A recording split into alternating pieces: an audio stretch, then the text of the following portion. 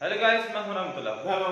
आप देख रहे दोस्तों, आपका हमारा अपना रिएक्शन यूट्यूब चैनल शब्दों का चैनल पर वेलकम करते हैं। जिस भाई ने तक चैनल को सब्सक्राइब नहीं किया तो चैनल को सब्सक्राइब कर लें।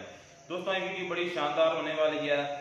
तो एक भाई ने कहा था कि आप जो ये चैनल है ये बनाया हुए लोग सर पर है। तो हाँ, ये मैंने कमेंट देखा था। तो भाई अगर आप वीडियो देख रहे हैं तो ये है कि लोग सर की वीडियो काफ़ी हद तक ऑथेंटिक होती है और सबसे बड़ी बात ये है कि वो करंट न्यूज़ पर जो है वो रिएक्ट और करते हैं। हमें बहुत कुछ जो है ना जानने को मिलता है उनकी वीडियो से। इस वजह से हम जो है ना ज़्यादा जो पिक वीडियो करते हैं वो उन्हीं की होती है। तो आज एक जो है बड़ी शानदार आई है वीडियो का टाइटल है untold story of the Pulwama attack.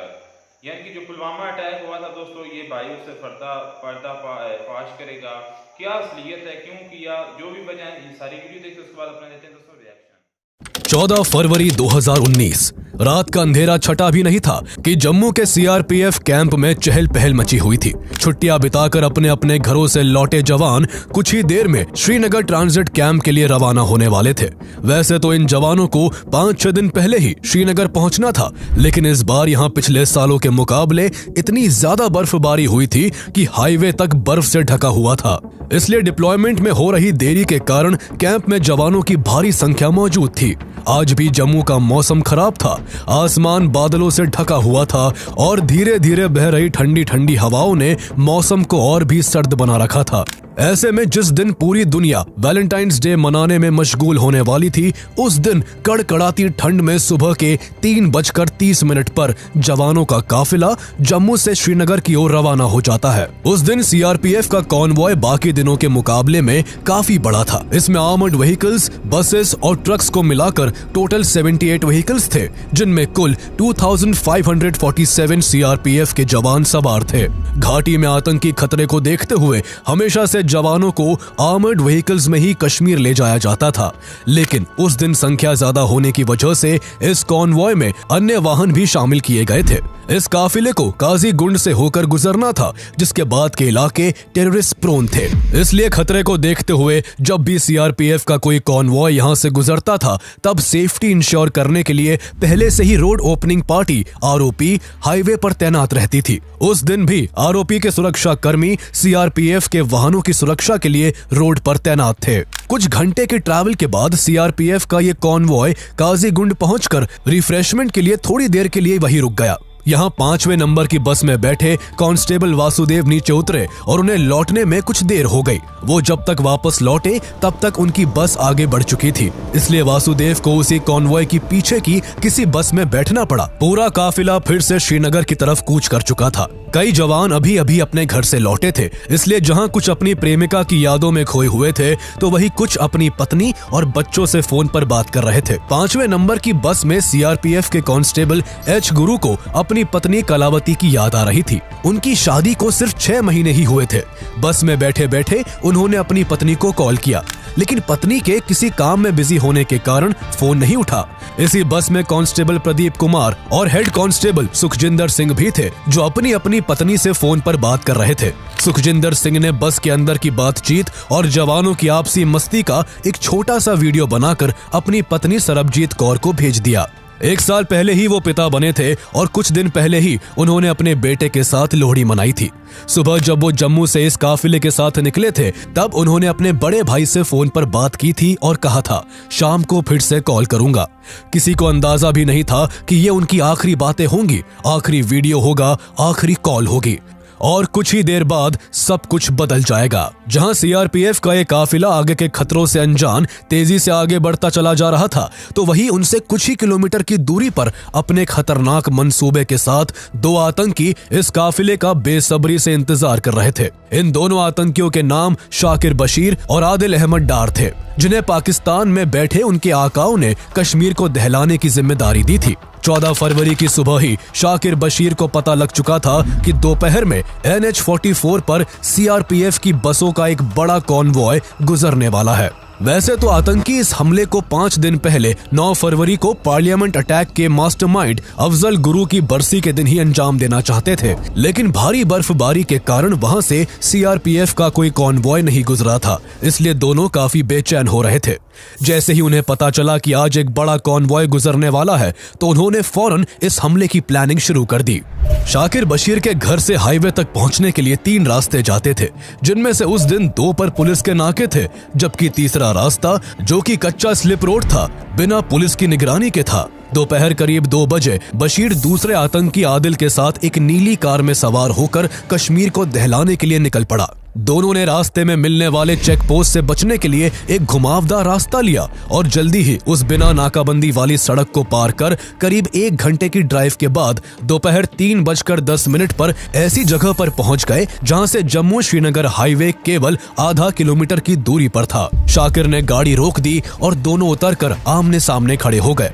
उस दिन काफी ठंड थी, लेकिन आदिल के पसीने छूट रहे थे। आदिल अपनी घड़ी उतारकर शाकिर बशीर को देते हुए बोला, ये तुम्हें हमेशा मेरी याद दिलाएगी, मुझे दुआओं में याद रखना, अल्लाह हाफिज।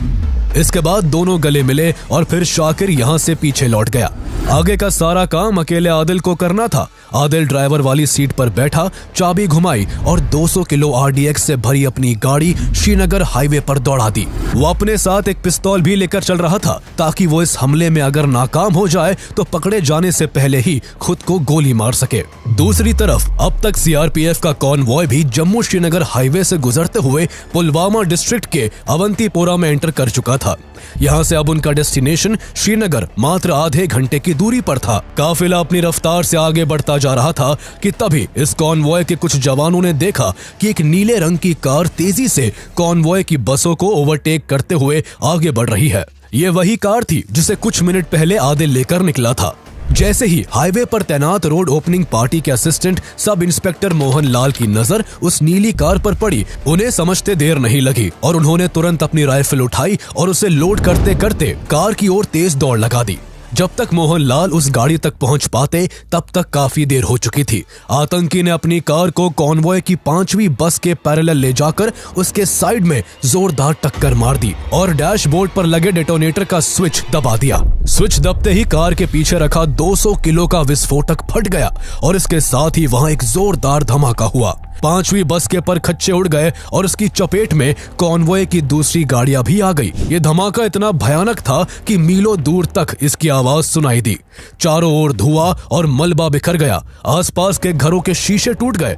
धमाके ने सड़क पर एक गहरा गड्ढा बना दिया और पल भर में चारों ओर तबाही मच गई। एक झटके में रोड ओपनिंग पार्टी के मोहन लाल समेत CRPF के 40 जवान मौके पर ही शहीद हो गए। वहीं करीब 70 जवान बुरी तरह घायल हो गए। 5वें नंबर की इस बस में जम्मू से चढ़ा केवल एक ही शख्स ऐसा था जिसे कुछ नहीं हुआ। वो थे कांस्टेबल वासुदेव, जिनसे ये बस रास्ते में उतरने की वजह से छूट गई थी। ये हमला इंडियन सिक्योरिटी फोर्सेस पर अब तक का सबसे बड़ा आतंकी हमला था। 30 सालों में पहली बार इतनी बड़ी संख्या में भारतीय जवानों ने अपनी जान गंवाई थी और वो भी इतने भयानक तरीके से कि शहीद जवानों के चेहरे तक पहचान में नहीं आ रहे थे। इधर उधर उनके अवशेष बिखरे हुए थे, जिन्हें देखकर बाकी जवानों की आंखों में दर्द, शोक और गुस्से का एक सैलाब उमड़ पड़ा था। हमले के कुछ घंटे बाद Pakistan based terrorist organisation Jaish-e-Mohammed ने इसकी जिम्मेदारी लेते हुए इस आत्मघाती हमले को अंजाम देने वाले आदिल अहमद डार का एक वीडियो रिलीज किया, जिसमें वो कह रहा था कि उसने उस हमले को अंजाम देने के लिए 2018 में जैश-ए-मोहम्मद को ज्वाइन किया था और जब तक ये वीडियो दुनिया के सामने आएगा तब तक वो अपने काम को अंजाम देकर जन्नत पहुंच चुका होगा। लेकिन सोचने वाली बात यह है कि भारत का रहने वाला आदिल अहमद डार आखिर जैश-ए-मोहम्मद जैसे आतंकी संगठन के साथ कैसे जुड़ गया? आखिर इतनी बड़ी साजिश रची कैसे गई?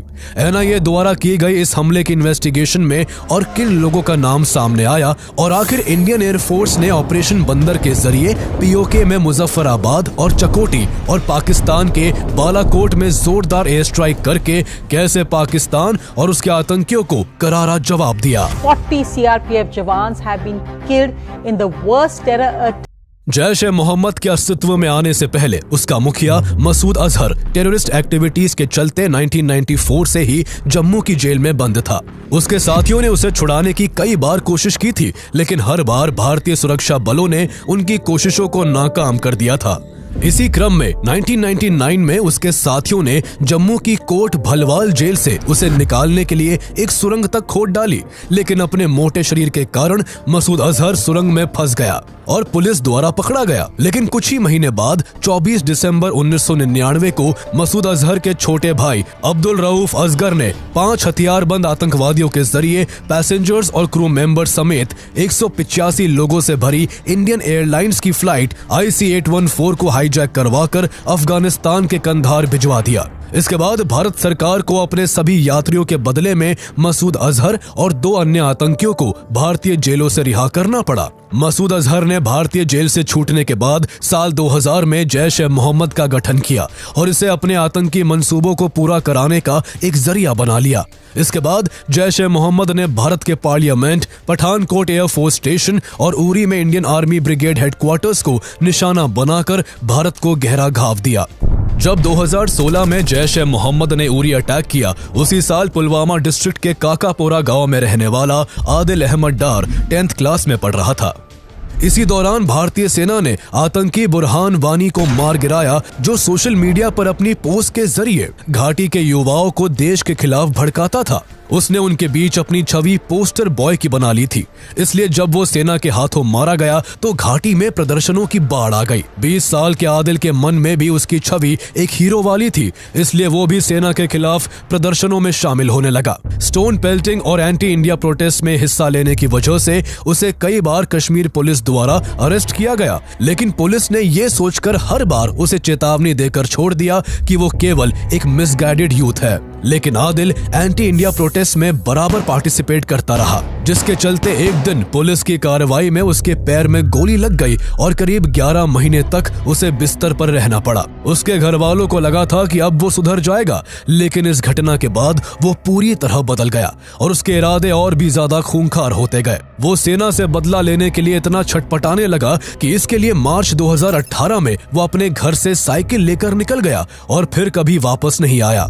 उसके पिता ने लोकल पुलिस स्टेशन में उसके मिसिंग होने की रिपोर्ट भी लिखवाई, लेकिन उसके गायब होने की ये गुत्थी तब सुलझ पाई जब कुछ दिनों बाद आदिल की AK-47 लिए फोटो वकास कमांडो के नाम से सोशल मीडिया पर सुर्खियां बटोरने लगी। उसने घर से भागने के तुरंत बाद ही आतंकी संगठन जैश-ए-मोहम्मद ज्वाइन कर लिया था। जैश ने उसको 1 महीने तक एक एक्सपर्ट ट्रेनर द्वारा असॉल्ट राइफल चलाने और ग्रेनेड्स फेंकने की ट्रेनिंग दिलवाई और फिर आगे के काम के लिए उसकी मुलाकात अप्रैल 2018 में इदरीस से करवाई, जिसे इसी महीने जैश द्वारा एक खास मकसद से पुलवामा भेजा गया था। इदरीस IEDs बनाने में एक्सपर्ट था, इसलिए जैश-ए-मोहम्मद ने उसे भारत में रहकर आदिल डार जैसे भटके कश्मीरी युवाओं का इस्तेमाल कर भारतीय जवानों पर IEDs हमले करवाने का काम सौंपा। इसके लिए उसने पहले आदिल डार से दोस्ती की और फिर धीरे धीरे उसके दिमाग में भारत के खिलाफ जहर घोलकर उसका पूरी तरह से ब्रेन वॉश करके उसे एक आत्मघाती हमले के लिए राजी कर लिया। आदिल के अलावा उसे और भी लोगों की जरूरत थी, इसलिए उसने अपनी टीम में बिलाल अहमद कूचे, शाकिर बशीर, पीर तारिक अहमद शाह, वैजुल इस्लाम, मोहम्मद अब्बास रादर और इंशा जान समेत कई जरूरी लोगों को अपनी प्लानिंग में शामिल कर लिया। उसने तब तक अपने लोकल इन्फॉर्मर्स की मदद से आसपास के एरियाज में IEDs बनाने के लिए पूरा सेटअप भी तैयार कर लिया था।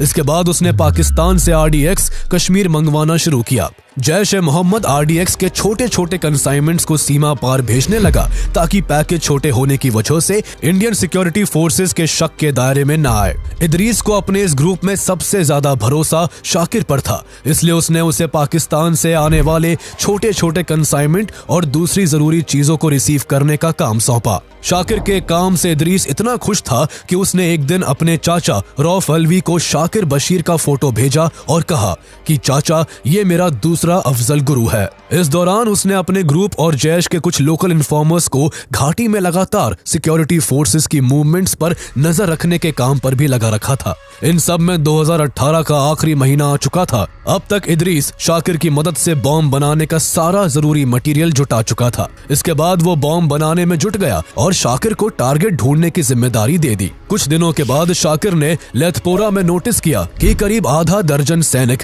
रेगुलर बेसिस पर इस एरिया की पेट्रोलिंग करते हैं। उसने जब ये इदरीस को बताया तो उसने यहाँ कुछ करने से मना कर दिया, क्योंकि उसे एक बड़े टारगेट की तलाश थी। वो एक साथ ज्यादा से ज्यादा भारतीय जवानों को निशाना बनाना चाहता था। उसके बाद शाकिर नेक्स्ट टारगेट की खोज में सिक्योरिटी फोर्सेस की एक्टिविटीज पर बारीकी से नजर रखने लगा। वो वहाँ से गुजरने वाले हर कॉन्वॉय का वीडियो बनाता और उसे इदरीस को भेज देता। इन सब में 1 महीना बीत गया और इन वीडियोस के आधार पर इदरीस ने तय किया कि वो सीआरपीएफ के कॉन्वॉय को निशाना बनाएगा। उसने नोटिस किया कि सीआरपीएफ अपने सभी डिप्लॉयमेंट्स के दौरान एक पैटर्न फॉलो करती है।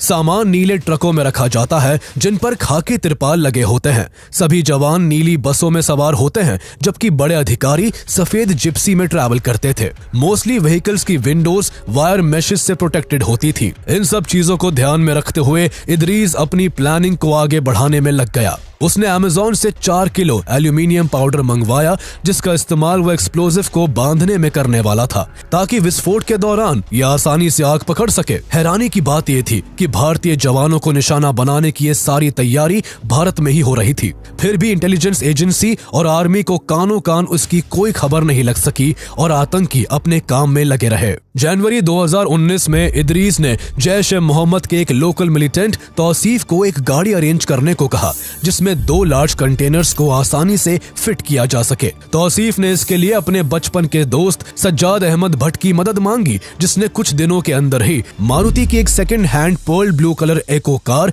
एक फ्रूट सेलर से खरीद ली। फ्रूट सेलर ने पहले से ही इसकी मिडिल सीट हटा रखी थी ताकि फ्रूट्स के बड़े बक्से को इसमें फिट किया जा सके। गाड़ी का अरेंजमेंट हो जाने के बाद इदरीस ने फरवरी के फर्स्ट वीक में पुलवामा के काकापोरा गांव में शाकिर के घर एक्सप्लोजिव बनाने का काम शुरू किया और कुछ ही दिनों में एक्सप्लोजिव का इस्तेमाल करके 2 IED बना लिए जिसमें एक का वजन 160 किलो तो दूसरे का वजन 40 किलो के आसपास का था। इसके बाद दोनों कंटेनर्स को कार की मिडिल वाली सीट की जगह पर फिट कर इसमें धमाका करने के लिए वायर से एक स्विच को कार की स्टीयरिंग के पास फिक्स कर दिया। कश्मीर में हमले की तैयारियों के बीच जैश ए मोहम्मद का सरगना मसूद अजहर कराची में बड़ी रैली कर कश्मीर में मारे गए अपने मिलिटेंट्स का जल्द ही बदला लेने के लिए भारत को दहलाने की धमकी दे रहा था। पाकिस्तान में अपने आका के भाषण से कश्मीर में बैठे मिलिटेंट्स जोश से भर चुके थे और अपनी प्लानिंग को जल्द से जल्द एग्जीक्यूट करना चाहते थे। इदरीस ने एक्सप्लोजिव से भरी कार से सीआरपीएफ के कॉन्वॉय को निशाना बनाने की जिम्मेदारी अपने 2 भरोसेमंद साथी आदिल अहमद डार और शाकिर बशीर को सौंपी। जहां शाकिर केवल श्रीनगर हाईवे तक जाने वाला था तो वही धमाके की सारी जिम्मेदारी आदिल के हाथों में थी। आदिल इस हमले में एक आत्मघाती हमलावर बनने वाला था। उसे पता था कि इसमें उसकी जान जाने वाली है लेकिन उसे लगता था कि वो ये सब अल्लाह के हुक्म पर कर रहा है और उसे अंजाम देने के बाद उसे जन्नत नसीब होगी। उसके इसी माइंडसेट के साथ हमले से पहले जैश ए मोहम्मद ने उसका एक वीडियो भी बनाया जिसमें उसने भारत को बर्बाद करने की बात की। इसके बाद 9 फरवरी को धमाका करने का दिन चुना गया क्योंकि इस दिन अफजल गुरु की बरसी पड़ती थी और जैश ए मोहम्मद इस दिन भारतीय जवानों पर आघात कर भारत को दहलाना चाहता था। 9 फरवरी के इंतजार में इदरीस और आदिल ने शाकिर के घर में ही 4 दिन बिताए लेकिन घाटी में भारी बर्फबारी के कारण श्रीनगर हाईवे बंद था जिससे सीआरपीएफ का कोई काफिला उस दिन वहां से नहीं गुजर सका। अपने खूंखार कारनामे को अंजाम देने के लिए आदिल बेचैन था। उसकी बेचैनी तब जाकर कुछ शांत हुई जब 13 फरवरी को श्रीनगर हाईवे खोल दिया गया। बर्फबारी के कारण सीआरपीएफ के कॉन्वॉय की मूवमेंट रुकी हुई थी इसलिए हाईवे खुलते ही एक बड़े काफिले को अगले ही दिन 14 फरवरी की सुबह के 3:30 बजे ही जम्मू से श्रीनगर के लिए रवाना करने का फैसला किया गया। कॉन्वॉय काफी बड़ा होने के कारण एक दिन पहले ही लेथपोरा में सीआरपीएफ यूनिट को इस बारे में इन्फॉर्म कर दिया गया था। यही इन्फॉर्मेशन हाईवे में पड़ने वाले काजीकुंड, अनंतनाग, अवंतीपोरा और पंथा चौक में स्थित अन्य सीआरपीएफ यूनिट्स को भी भेज दी गई। इन यूनिट्स के जवान रोड ओपनिंग पार्टी आरओपी की भूमिका में थे जिनके कंधों पर इस काफिले को अपनी टेरिटरी से सुरक्षित निकालने की जिम्मेदारी थी। इस दौरान इन यूनिट्स को सड़क को सिक्योर करने के लिए एंटी सैबोटाज चेक करने थे और सड़क के दोनों ओर गश्त कर काफिले की सेफ्टी को इंश्योर करना था। इधर 14 फरवरी की सुबह करीब 11:30 बजे शाकिर ने हाईवे पर अपनी नजर दौड़ाई। उसने देखा कि लाडू मोड़ पर बादलों से ढके आसमान के बीच भी 2 सीआरपीएफ जवान मुस्तैदी से तैनात थे। उसने थोड़ा और आगे बढ़कर देखा तो उसे सीआरपीएफ के 2 जवान और भी कई जगहों पर दिखाई दिए। ऐसा तभी होता था जब इस रास्ते से सीआरपीएफ का कोई कॉन्वॉय गुजरता था। उसे पूरा माजरा समझते देर नहीं लगी और उसने तुरंत इदरीस को फोन कर सीआरपीएफ के कॉन्वॉय की डिप्लॉयमेंट की जानकारी दी। इस खबर से इदरीस खुशी से झूम उठा और हमले के लिए उसने आदिल को तैयार होने को कहा। आदिल को अब एहसास हो रहा था कि उसकी जिंदगी अब से कुछ घंटे बाद खत्म होने वाली है। वो धमाके की इंटेंसिटी और उससे होने वाली तबाही की कल्पना कर रहा था। जल्द ही वो अपने इमोशंस पर कंट्रोल कर एक्सप्लोजिव से भरी गाड़ी में जाकर बैठ गया और थोड़ी ही देर बाद उसने पुलवामा के अवंतीपोरा के लेथपोरा विलेज से गुजरते सीआरपीएफ के काफिले की 5वीं बस से अपनी कार को टकराकर ब्लास्ट कर दिया। हमले में 40 जवानों के शहीद होने और 70 से ज्यादा जवानों के घायल होने की खबर ने पूरे देश को हिला दिया था। बीते 30 सालों में कश्मीर में हुआ ये सबसे बड़ा आतंकी हमला था। ये हमला इतना भयानक था कि शहीद जवानों के चेहरे तक पहचान में नहीं आ रहे थे। हमले के बाद बड़े बड़े अधिकारी घटनास्थल पर आ पहुंचे थे, जो जवानों की ऐसी हालत देखकर अपने आंसू नहीं रोक पा रहे थे। पुलवामा हमले के बाद पूरे देश में गुस्से और शोक की लहर थी। हर कोई इसका बदला चाहता था। हमले के तुरंत बाद गवर्नमेंट भी एक्शन में आ गई। शहीद जवानों को स्पेशल फ्लाइट से उनके होम स्टेट में लाया गया और वहां उनका अंतिम संस्कार स्टेट ऑनर्स के साथ किया गया। इसके बाद भारत ने पाकिस्तान पर शिकंजा कसना शुरू किया। सबसे पहले भारत ने पाकिस्तान का मोस्ट फेवर्ड नेशन MFN का दर्जा कैंसिल कर दिया और फिर पाकिस्तान से भारत में इंपोर्ट होने वाले सभी सामानों पर कस्टम ड्यूटी बढ़ाकर 200% कर दी। इसके बाद भारत सरकार ने पाकिस्तान को इंटरनेशनल लेवल पर डिप्लोमेटिकली आइसोलेट करना शुरू किया। भारत ने बताया कि कैसे पाकिस्तान अपनी जमीन पर आतंकियों को पनाह देता है। पाकिस्तान ने टेररिज्म के अगेंस्ट इफेक्टिव मेजर्स को इम्प्लीमेंट नहीं किया था, इसलिए financial action task force FATF ने पाकिस्तान को ग्रे लिस्ट में ही रखा। पाकिस्तान को अलग थलग करने के सरकार के इस फैसले का भारत की ऑर्गेनाइजेशंस ने भी साथ दिया। ऑल इंडिया सिने वर्कर्स एसोसिएशन AICWA और Indian film and television directors association IFTDA ने तुरंत एक्शन लेते हुए इंडियन फिल्म इंडस्ट्री में पाकिस्तानी कलाकारों के काम करने पर रोक लगा दी। जहां भारत पाकिस्तान को इकोनॉमिकली और डिप्लोमेटिकली चोट पहुंचा रहा था, तो वही उसे सही सबक सिखाने के लिए सैन्य कार्रवाई की तैयारी भी की जा रही थी। हमले के बाद से ही भारतीय सेनाएं इसके जिम्मेदार आतंकियों को अंजाम तक पहुंचाने के लिए बेचैन थी। सैनिक अपने साथियों के खून का बदला चाहते थे, लेकिन आक्रोश के इस समय में भी सभी तरह की पॉसिबिलिटीज को काफी बारीकी से देखा जा रहा था। ऐसे में इंडियन एयर फोर्स के air chief marshal Birender Singh Dhanoa ने आगे से इनिशिएटिव लेते हुए अगले ही दिन सरकार के सामने POK में एयर स्ट्राइक का प्रपोजल रखा, जिसे सरकार ने भी मंजूरी दे दी। मंजूरी मिलते ही एयर फोर्स ने अपनी तैयारी शुरू कर दी। 16 से 20 फरवरी के बीच 4 दिनों तक ड्रोन्स के जरिए इस बात का पता लगाया गया कि सीमा पार कौन कौन सी जगह पर आतंकियों ने अपने ठिकाने बना रखे हैं। दुश्मन के ठिकानों का पता लगाने के तुरंत बाद एयरफोर्स और इंटेलिजेंस के अधिकारियों के बीच ऑपरेशन की प्लानिंग को लेकर अगले 2 दिन तक बैठकें चली। इसी बीच एयरफोर्स ने इस ऑपरेशन का एक ब्लूप्रिंट तैयार करके national security adviser Ajit Doval के सामने पेश किया, जिसमें उन्हें ऑपरेशन के दौरान निशाना बनाए जाने वाली जगहों से रूबरू करवाया गया। भारतीय वायुसेना ने करीब 48 साल पहले 1971 में पाकिस्तान की सीमा में घुसकर ऐसी कोई कार्रवाई की थी। इसलिए ऑपरेशन को आगे बढ़ाने से पहले एयरफोर्स अपनी ओर से सभी तैयारियों को पुख्ता करने में जुटी हुई थी। 1 squadron tigers and 7 squadron battle axis के जवानों को ऑपरेशन के लिए तैयार रहने का आदेश दिया गया।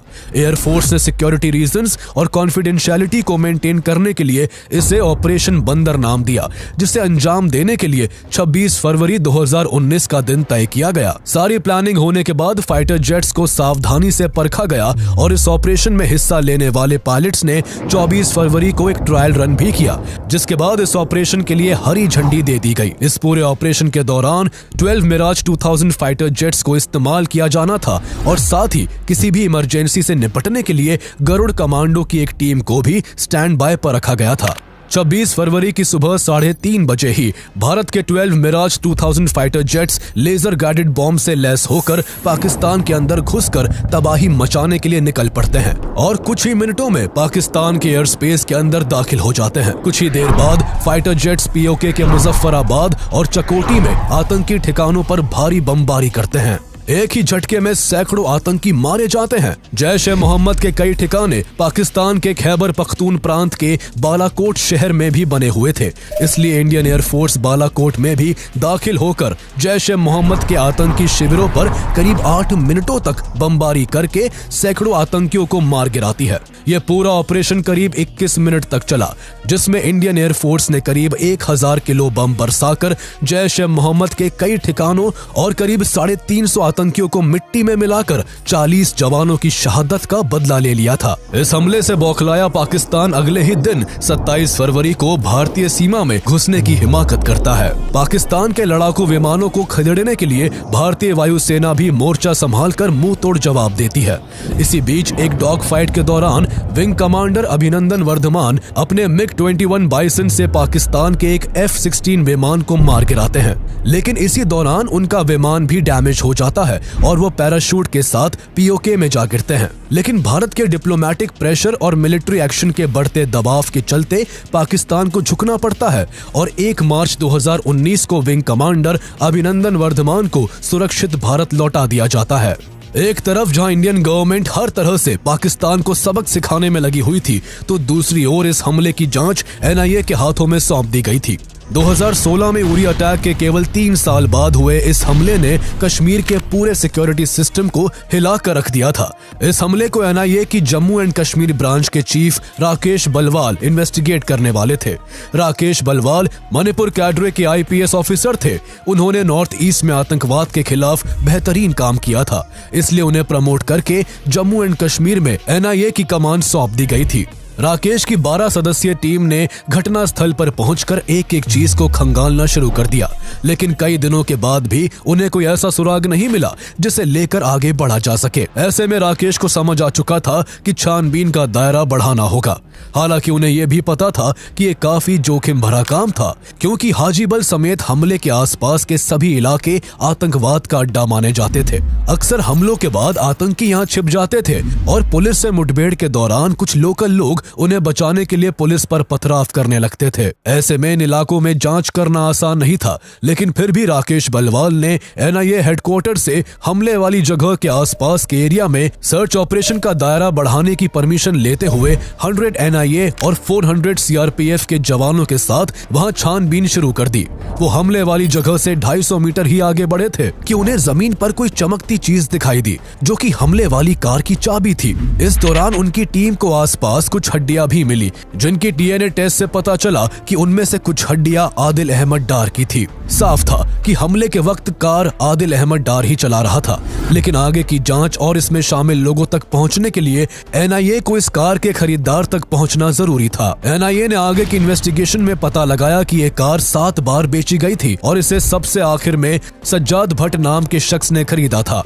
NIA ने बहुत मशक्कत के बाद 17 जून 2019 को सज्जाद भट्ट को खोज निकाला, जो तौसीफ अहमद भट्ट के साथ अनंतनाग के एक घर में छिपा था। पुलिस उसे जिंदा पकड़ना चाहती थी, इसलिए उसे सरेंडर करने को कहा गया, लेकिन उसने सरेंडर नहीं किया, जिससे वो अपने साथी समेत पुलिस के हाथों मारा गया। उसके मरने के बाद एक बार फिर से NIA का हाथ खाली हो गया। हालत ऐसी थी कि अब उनके पास ऐसा कुछ भी नहीं था जिसे बेस बनाकर जांच को आगे बढ़ाया जाता। लेकिन राकेश हार मानने को तैयार नहीं थे। पुलवामा अटैक के बाद इंडियन फोर्सेस और आतंकियों के बीच कश्मीर में कई एनकाउंटर्स हुए थे, जिनमें कई आतंकियों को एलिमिनेट किया गया था। ऐसे में राकेश बलवाल ने इन एनकाउंटर्स को एनालाइज करना शुरू किया। उनका मानना था कि मारे गए या पकड़े गए आतंकियों की जांच पड़ताल से कोई क्रूशियल क्लू मिल सकता है। उनकी ये कोशिश अंधेरे में तीर मारने जैसी थी, जिसके सहारे सफलता की उम्मीद काफी कम दिख रही थी। वो इसी सिलसिले में अक्टूबर 2019 में कश्मीर के नौगाम पहुंचे, जहां उन्हें 29 मार्च 2019 को आर्मी के साथ एक मुठभेड़ में मारे गए 2 आतंकवादियों की फोटो दिखाई गई। मारे गए दोनों आतंकवादियों में से एक कामरान और दूसरा इदरीस था। राकेश बलवाल को शक हुआ कि इदरीस कोई छोटा आतंकी नहीं था, इसलिए उन्होंने उसके कच्चे चिट्ठे निकालने के लिए लोकल पुलिस से उसका फोन मंगवाया। लेकिन इदरीस का फोन अब तक खराब हो चुका था, इसलिए उसके फोन को जांच के लिए computer emergency response team CERT के पास भेज दिया गया। एक हफ्ते के बाद CERT ने इदरीस के फोन में मौजूद सारे फोटो और वीडियो रिकवर कर लिए। इसमें एक फोटो पुलवामा अटैक में इस्तेमाल की गई गाड़ी का भी था। इसी फोन में एक और फोटो था जिसमें 3 शख्स थे, जिसमें से इदरीस और आदिल की पहचान पुलिस पहले ही कर चुकी थी और अब केवल तीसरे शख्स को खोजना था। ये तीसरा शख्स शाकिर बशीर था, जिसे कुछ ही दिन बाद पुलिस ने अरेस्ट कर लिया। शाकिर से पूछताछ शुरू हुई, लेकिन काफी प्रयासों के बाद भी उसने अपना मुंह नहीं खोला। वो हर समय कुरान की आयतें पढ़ता और एक ही बात दोहराता कि इदरीस भाई और आदिल ने ये काम इस्लाम के लिए किया है। इदरीस के मोबाइल में एनआईए को कुछ ऐसी फोटोज भी मिली थी जिनसे उसके गैर महिलाओं के साथ रिश्तों का पता लगता था। शाकिर को इदरीस के फोन की ऐसी ही एक फोटो दिखाई गई जिसमें इदरीस पुलवामा की ही एक लड़की इंशा जान के साथ था। इंशा जान और इदरीस के साथ वाली फोटो को देखकर शाकिर बशीर दंग रह गया। उसे यकीन नहीं हो रहा था कि जिसे वो अपना आदर्श मानता था वो शादीशुदा होने के बावजूद उसके गांव की ही लड़की के साथ संबंध में था। बस यही से शाकिर के मन में इदरीस के लिए इज्जत चली गई और अगले ही दिन वो सब कुछ बताने को तैयार हो गया। इसके बाद उसने ऐसे ऐसे खुलासे किए कि एनआईए के अधिकारी भी दंग रह गए। शाकिर ने अपने कबूलनामे में एनआईए को बताया कि जिसे आप लोग इदरीस भाई समझ रहे हैं वो असल में इदरीस है ही नहीं। उसका नाम मोहम्मद उमर फारूक था जो जैश-ए मोहम्मद के सरगना मसूद अजहर का सगा भतीजा था। उमर को भारत भेजने से पहले उसकी कई साल अफगानिस्तान में ट्रेनिंग करवाई गई थी। आगे उसने बताया कि पुलवामा अटैक की पूरी प्लानिंग उमर फारूक ने ही बनाई थी। शाकिर की गवाही और जांच के आधार पर एनआईए ने इस हमले में 19 लोगों को शामिल बताते हुए 13,800 पेजेस की चार्जशीट तैयार की। इन 19 मुजरिमों में से ज्यादातर एनकाउंटर में ही मारे गए, जबकि कुछ को एनआईए ने अरेस्ट कर लिया था जो तब से जेल की हवा खा रहे हैं। पुलवामा अटैक भारत की सबसे बड़ी सिक्योरिटी फेलियर्स में से एक था। हमले से पहले ही 2 जनवरी से लेकर 13 फरवरी तक 11 इंटेलिजेंस इनपुट्स मिल चुके थे जो सीआरपीएफ कॉन्वॉय पर हमले की पॉसिबिलिटी को लेकर वार्निंग दे रहे थे। 24 जनवरी 2019 को जम्मू एंड कश्मीर के क्राइम इन्वेस्टिगेशन डिपार्टमेंट सीआईडी के एक ऑफिसर ने अपने सीनियर को एक लेटर लिखा था कि जैश-ए-मोहम्मद के 3 फॉरेन टेररिस्ट अवंतीपोरा पहुंच चुके हैं और जल्द ही एक बड़े अटैक की संभावना है। 31 जनवरी को additional director general of police ADGP doctor B Srinivas ने इस इनपुट को जम्मू कश्मीर पुलिस, सीआरपीएफ और अन्य सिक्योरिटी एजेंसीज के साथ शेयर कर अलर्ट पर रहने को कहा था। इतना ही नहीं, जैश-ए-मोहम्मद ने हमले के 2 दिन पहले एक वीडियो भी रिलीज किया था जिसमें उसने अफगानिस्तान में इसी तरह का हमला करते हुए ये दावा किया था कि वो जल्द ही कश्मीर में भी ऐसा हमला करेगा। लेकिन हैरानी की बात थी कि फिर भी सीआरपीएफ के कॉन्वॉय मूवमेंट के दौरान कोई एक्स्ट्रा प्रिकॉशंस नहीं लिए गए। इसके अलावा आतंकी खतरों के बावजूद सीआरपीएफ के कॉन्वॉय के बीच गुजरने वाले सिविलियंस व्हीकल्स की भी सख्ती से जांच नहीं की गई थी, जिससे आदिल अहमद डार 200 किलो एक्सप्लोजिव से भरी कार लेकर सीआरपीएफ के कॉन्वॉय में घुसने में कामयाब रहा। जैश-ए-मोहम्मद द्वारा इतना ज्यादा आरडीएक्स भारत में पहुंचाए जाने से भी एलओसी पर भारत की सुरक्षा को लेकर गंभीर प्रश्न चिन्ह लग चुके थे। आगे चलकर जम्मू एंड कश्मीर के गवर्नर रहे सत्यपाल मलिक ने इंटरव्यूज में सरकार पर आरोप लगाया कि सीआरपीएफ ने होम मिनिस्ट्री से अपने जवानों को श्रीनगर ले जाने के लिए 5 प्लेन्स की मांग की थी, लेकिन होम मिनिस्ट्री ने इस रिक्वेस्ट को ठुकरा दिया था। हालांकि इस हमले के बाद इंडियन सिक्योरिटी प्रोटोकॉल्स में कुछ बड़े बदलाव किए गए। सरकार ने आगे के लिए सीआरपीएफ समेत पैरामिलिट्री के जवानों के लिए दिल्ली से श्रीनगर और जम्मू से श्रीनगर आने जाने के लिए एयर ट्रैवल की सुविधा दे दी। इसके अलावा जम्मू एंड कश्मीर में सेना और पैरामिलिट्री के बड़े कॉन्वॉय मूवमेंट्स के दौरान पब्लिक व्हीकल्स को रोकने का फैसला भी लिया गया। पाकिस्तान ने जिस आतंकी संगठन जैश-ए-मोहम्मद को अपनी जमीन पर पनाह दे रखी है, उसने 2016 में भी उरी में इंडियन आर्मी के हेडक्वार्टर पर हमला किया था, जिसमें 18 जवान शहीद हुए थे। इसके बदले में इंडियन आर्मी ने पीओके में घुसकर 40 आतंकियों और उनके 7 लॉन्च पैड्स को खत्म करके पाकिस्तान को करारा जवाब दिया था। उरी अटैक और उरी सर्जिकल स्ट्राइक की पूरी कहानी को जानने के लिए आप हमारी पिछली वीडियो को देख सकते हैं, जिसका लिंक आपको इस वीडियो के डिस्क्रिप्शन में मिल जाएगा।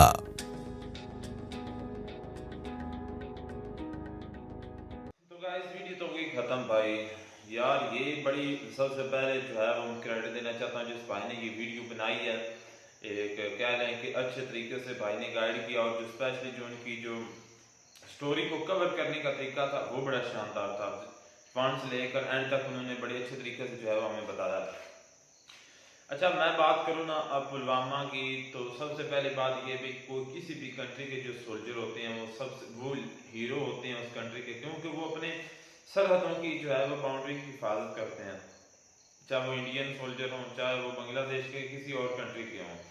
तो अगर मैं इस अटैक की बात करूँ ना, जो सोल्जरों को जो है वहां पर मारा गया था, तो ये इस कारनामे को मैं कंडेम करता हूँ, गलत किया गया था। तो अच्छा, लेकिन इसकी भाई वजूहत है। कोई भी बंदा काम करता है उसकी रीजन होती है। कोई ऐसे किसी का सिर जो है वो नहीं चकराया होता, या जिसे हम पंजाबी में कहते हैं ना कि सिर फिरा, ऐसा नहीं होता, किसी ना किसी वजह से कोई बंदा जो है वो काम करता है। अब BLA ने, आपको पता है वो ट्रेंडिंग में न्यूज़ चल रही है अभी तक, BLA ने या बलूचिस्तान के जिस ग्रुप ने भी वो जो है वो जाफर एक्सप्रेस जो ट्रेन को जो हाईजैक किया, अब उसकी भी रीज़न है, यानी किसी वजह से किया। अब ये जो 40 जवान जो थे उनकी बड़ी स्टोरी भाई ने बताई है कि वो घर से जा रहे थे, कईयों की अभी नई नई शादी हुई थी, कहीं अपनी बीवी बच्चों से बातें भी रास्ते में कर रहे थे, तो एक जो कोच है वो उनमें आके लगी है और वो वहाँ पर फट गया। तो अब देखें इसकी भाई रीज़न ये है, मैंने और भी सारी बातें काफ़ी चैनल्स पर वीडियो देखी हैं और उसके अलावा जो काफ़ी लोगों से इसके बारे में बातें भी सुनी हैं। ज़्यादातर ये और जो मुझे भी पता है कि जो कश्मीर में मुसलमानों पर भाई वहाँ पर जुल्म ज्यादती होती है वहाँ पर। अब का जो करंट सिचुएशन है उसके बारे में मुझे नहीं पता। मैं ये जब अटैक हुआ था उससे पहले ये जो बुरहान वानी को भी वहाँ पर शहीद किया गया, तो उस वक्त की मैं बात कर रहा हूँ। तो भाई अपने हक के लिए लड़ना चाहिए, वो अपने हक की खातिर लड़ते रहे हैं। तो इस वजह से कहीं भी दुनिया में मुसलमानों पर भाई कोई हमला करता है, उनको मारता है, कहीं पर भी आप फलस्तीन की आप मिसाल ले लो, मैं घुमा फिरा के बात कर रहा हूँ कि क्यों ऐसा ये किया, हालांकि ये तो पाकिस्तानी मुस्लिम थे, तो वहाँ पर कश्मीर का उनसे क्या लिंक था। अब फलस्तीन में देख लेना कि वहाँ पर मुसलमानों के साथ जो है जुल्म ज्यादती हो रही है वहाँ पर, तो आप देख ले इंडियन मुस्लिम के दिल में भाई तकलीफ होगी, दर्द होगी कि मुसलमानों पर जो है वो जुल्म ज्यादती हो रही है। इसी तरह पूरी दुनिया में मुसलमानों के साथ जो है कहीं पर भी कुछ हो तो हमें भाई सभी मुसलमानों को दर्द होती है। लेकिन ये सच है कि हम इस वक्त बगैरत हो चुके हैं, हम हकीकत में कुछ नहीं कर रहे, लेकिन इन्होंने जो है वो हकीकत में कारनामा करके दिखाया, सोल्जर को मारा। भी उनका तरीका गलत था, लेकिन जो मकसद था अपने मकसद में वो तो जो है 100% अच्छा, मुझे नहीं पता था कि ये जो डार है ना, अहमद डार जो है ये इंडिया का था। मैं तो यही समझता था कि ये पाकिस्तान का है, लेकिन इसको फुल सपोर्ट वो कह रहे हैं वीडियो में, जैसे उस भाई ने बताया था कि इसको फुल सपोर्ट थी और ट्रेनिंग जो है इसने जैश ए मोहम्मद के जरिए से की। और असल में मुझे लगता है कि इसकी जो मेन रीज़न है वो यही हो सकती है कि जो बुरहान वादी था ना, वो वहाँ के कश्मीर के लोगों के लिए एक किस्म का वो हीरो बना हुआ था और लोग उसको बाद में बहुत ज़्यादा कॉपी करने लगे थे, स्पेशली जो यंग जनरेशन थी वो। तो भाई जब वो उसके बारे में मैंने भी काफ़ी कह रहे हैं कि जो है ना वीडियो वगैरह देखता था, उसकी कह रहे कि जब कोई भी छोटी क्लिप होती या कोई इससे बड़ी वीडियो होती या कोई उसकी पिक्चर्स होती, तो उसके बारे में यही मैंने ना वीडियो देखी है कि भाई वो इतिहास उसके पास होता है, तो वो कभी फलां जंगल में गुजर रहे होते हैं अपनी टीम के साथ, अपने जो जितने भी उसके साथी होते हैं, कभी फलां जगह पे बैठा हुआ है, तो उसकी काफ़ी क्लिप जो है ना वो मैं देखता रहता था। तो भाई ये कह रहे हैं कि ये डार जो है अहमद डार जो है ये भी बिल्कुल उसी को फॉलो कर रहा था, और जब उसको शहीद किया गया वहाँ पे जम्मू कश्मीर में, तो उसी को देखकर भाई इसने जो है ना वही राह जो है इख्तियार किया। तो मैं कहूँगा कि उस वक्त जो कश्मीर के हालात थे वो वही वजह बने हैं इस हमला करवाने का, क्योंकि जब कश्मीरियों के साथ जुल्म होता था, ज्यादती होती थी वहाँ पे, तो भाई जाहिर सी बात है जैसे आज बलूचिस्तान में हो रहा है, बलोचों ने अपने हथियार उठाए हुए हैं, आए रोज कहीं ना कहीं दंगे फसाद, आम सिविलियंस को पकड़ लेते हैं, मार देते हैं, जगमाल बना लेते हैं। तो मुझे लगता है कि कहीं ऐसा फैक्टर जो है वहाँ कश्मीर के नौजवानों में भी पाया गया था, जिसकी वजह से वो भाई मजबूर हो गए, क्योंकि उस वक्त कश्मीर के भी हालात ऐसे थे। जमात अली शाह सैयद, क्या उसका नाम है, वो जो इनके बड़े राहबर बने हुए थे, फौत हो गए हैं, गिलानी थे, अली गिलानी, हाँ गिलानी थे। तो वो ऐसे ही कर्ज करते थे अपने नौजवानों को, अपने लोगों को, तो जिसकी वजह से ऐसे जो लड़के हैं उस वक्त यंग एज के जो है इस राह पे निकल गए। तो मैं कहूँगा कि ये उस वक्त ऐसी कुछ सिचुएशन थी, और जैश ए मोहम्मद ने इसकी जिम्मेदारी जो है वो कबूल की थी, तो इसका मतलब है कि इसको पूरा कंट्रोल करने वाला जैश ए मोहम्मद ही था, संगठन पे जो ग्रुप है यही करने वाला था। जाहिर बात है ना हर, लेकिन एक बात मैं यहाँ पे करता चलूँ कि भाई फौजी वहाँ का शहीद हो, यहाँ का शहीद हो, फौजी फौजी होता है, भाई, क्योंकि वो आपके बॉर्डर जो है वो सिक्योर करता है। आप वो बॉर्डर पे खड़े होते हैं और आप सुकून के साथ सो रहे होते हैं, तो उनकी बदौलत होता है। मैं ये नहीं कहूँगा कि 40 जो जवान हैं वहाँ के मारे गए, शहीद किए गए, तो ये गलत बात है। इधर से भी अगर कोई ऐसा मसला हो, जवान जो है वो शहीद किए जाते हैं, तो ये भी गलत होता है। जवान उधर क्यों या इधर क्यों, ये दोनों सूरतों में गलत है। बाकी 40 जवानों का जो है काफ़ी कह लें कि बहुत बड़ा सदमा भी पहुंचा है। कह लें कि कोई अपनी माँ से मिलकर आ रहा था, कोई अपने भाइयों से मिलकर आ रहा था, कोई अपनी बीवी जो है उनसे राब्ते में था। अच्छा भाई मेरी बात सुने, ये तो बातें होगी ना सारी क्लियर होगी। मैं बात करूंगा बुरहान वानी की। भाई देखिए, आपके लिहाज से वो गलत हो सकता है, लेकिन हमारे लिहाज से और वो अपने मकसद के लिहाज से गलत नहीं था। क्यों? वो अपनी हकीकी आज़ादी की खातर पे वो लड़ रहा था। आज जितना बलोच लड़ रहे हैं ना, चले जाओ नहीं इंडिया वाले, अगर नहीं इंडिया वाले कहते हैं कि भाई बलोच जो है वो अपनी अलहदा जो है ना बलोचिस्तान जो है वो आज़ाद कराने के लिए लड़ रहे हैं, तो बात जो जिस तरह बुरहान वानी है ना, उसने भी यही किया था। वो भी अपनी आज़ादी के लिए, वो भी इंडिया से अलहदा होने के लिए ये कोशिश करता रहा, जैसे आज बलोच कर रहे थे। तो भाई ये तो आपका फिर डबल स्टैंडर्ड है। अगर आप बलूचिस्तान की तरफ कहें कि वो जो कुछ भी करें वो ठीक है, अगर ये सारी सिचुएशन आप कश्मीर जम्मू कश्मीर पर फिट करें तो वो आपके लिहाज से गलत है। तो भाई ये आपका डबल स्टैंडर्ड है, आपको ऐसा नहीं करना चाहिए। अगर इंडिया में भी ऐसा होता है तो इंडिया में भी देखना चाहिए, कश्मीर भी, हालांकि दुनिया के किसी भी कोने में ऐसा होता है। अच्छा, तो आपको एक्सेप्ट करना चाहिए उसको। अच्छा, दूसरी बात जो उन्होंने कहा है कि इस तनाजुर में जब उन्होंने बदला लेने के लिए भाई पाकिस्तान के बालाकोट पे स्ट्राइक की, अभिनंदन का भी जिक्र आया, तो इधर तो वो कहते हैं कि हमने बकायदा कह रहे हैं कि हमें कोई प्रूफ वगैरह नहीं दिखाया गया है कि भाई वहाँ पे जो है बालाकोट में जो दहशतगर्द है उनके ठिकानों पे बमबारी हुई है। कोई कह रहे हैं कि ऐसा जो है ना शवायद जो है हमें दिखने को नहीं मिले।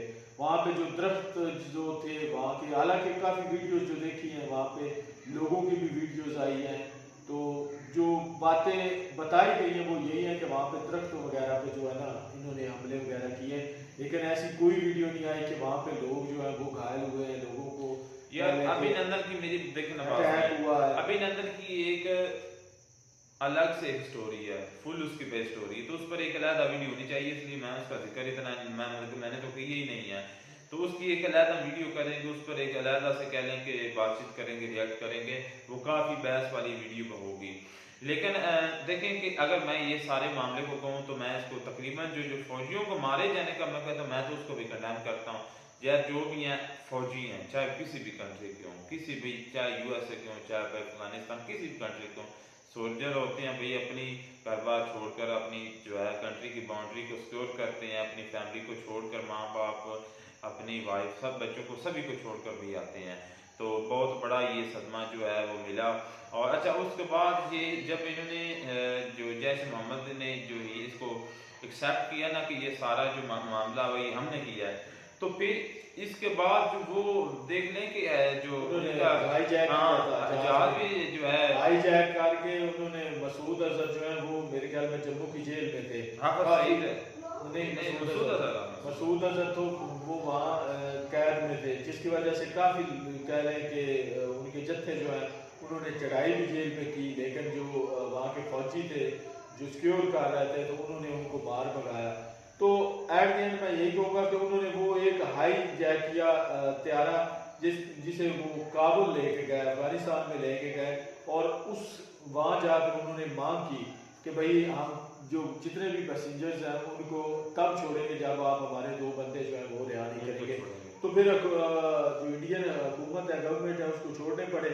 और उसके बाद इस भाई ने कहा है कि उसने मसूद अजहर जो है उसने बाकायदा जो है जैश मोहम्मद जो है ज्वाइन की और अपने बड़े बड़े जो मुतालबात हैं वो जैश मोहम्मद में रहकर पूरे करवाए।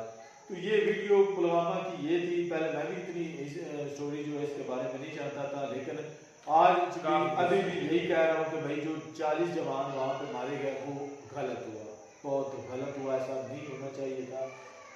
हमारे मुल्क में चले हम एक दूसरे के साथ अच्छे तरीके से रह नहीं सकते, लेकिन लड़ना भी नहीं चाहिए। बिल्कुल ऐसा ही है, नेबर हैं चाहे जो भी है दोस्तों, लेकिन फिर कुछ मामला के पेश नज़र कुछ पॉलिसीज होता भी है। हमारे ऐसे कह रहे हैं कि बीच में है शरपसंद अनासर जो चाहते ही नहीं है कि इंडिया का पाकिस्तान के ताल्लुकात जो है आपस में ठीक हो। बिल्कुल ऐसा ही है भाई, दोनों तरफ से सियासत। बहरहाल जो भी है दोस्तों, ये मेरे बड़ी ख्याल जबरदस्त से वीडियो थी। कभी भी इंडिया और पाकिस्तान के हालात जो है ना वो कभी भी ठीक नहीं होंगे दोनों तरफ से भाई। मैं एक को क्योंकि बुरा भाई नहीं अगर कहूंगा। कोई एक आध आग बुझाने वाला है या ताल्लुकात बेहतर करने वाला है तो 10 पीछे खड़े हैं आग लगाने वाले। बिल्कुल ऐसा ही तो है। ये तभी हो सकता है जब सारे दोनों तरफ से चाहेंगे, equal हो। सारे चाहेंगे, उधर से भी चाहेंगे इधर से भी चाहेंगे, तो ये मुझे नहीं लगता कि कभी जिंदगी में ये मुमकिन हो। चलें दोस्तों, उम्मीद करते हैं आपको वीडियो पसंद आई। तो अगर वीडियो पसंद आए तो वीडियो को लाइक शेयर और चैनल को सब्सक्राइब दोस्तों जरूर करें। मिलते हैं नई वीडियो में नया टॉपिक के साथ। God bless.